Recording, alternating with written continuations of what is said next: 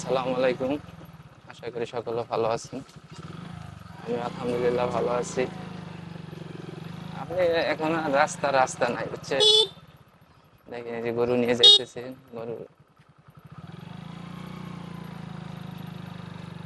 গরুরে horn দিলে বুঝে না যে রাস্তাটা ওদের না, রাস্তাটা মানুষের জন্য এবং গাড়ি ঘোড়ার জন্য।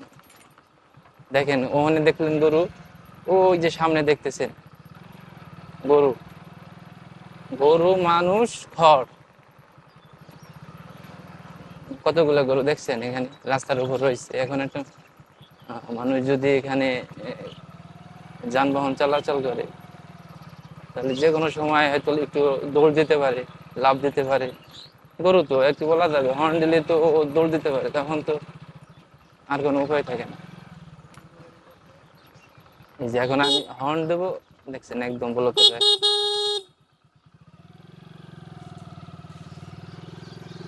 একদম ব্লক করে রাখছে।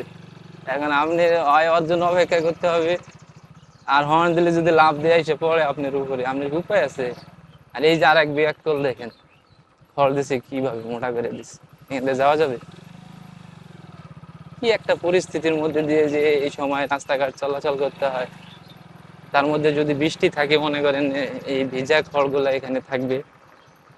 আমার পুরো হুন্ডার মধ্যে মনে করেন যে শুধু খড় আর খড়, মনে হয় যে খড়ের সাগরের মধ্যে দিয়ে আসছে।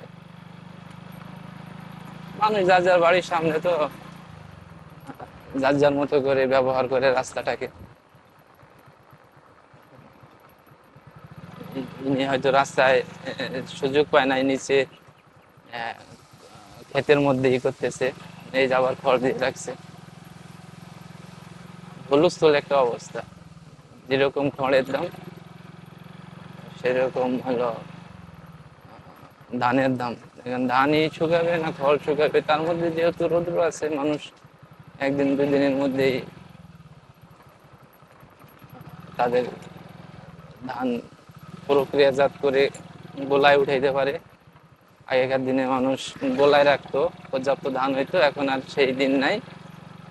এখন আবাদি হয় কম, যদি কেউ বেশি করে সাথে সাথে বিক্রি করে ফেললে। কারণ মানুষের থাকার জায়গা এবং সংকুলান খুবই কম পরিমাণের,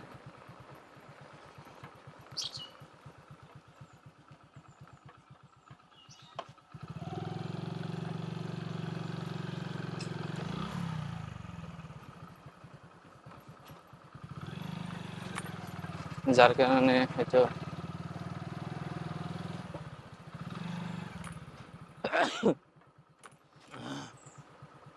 সমস্যা।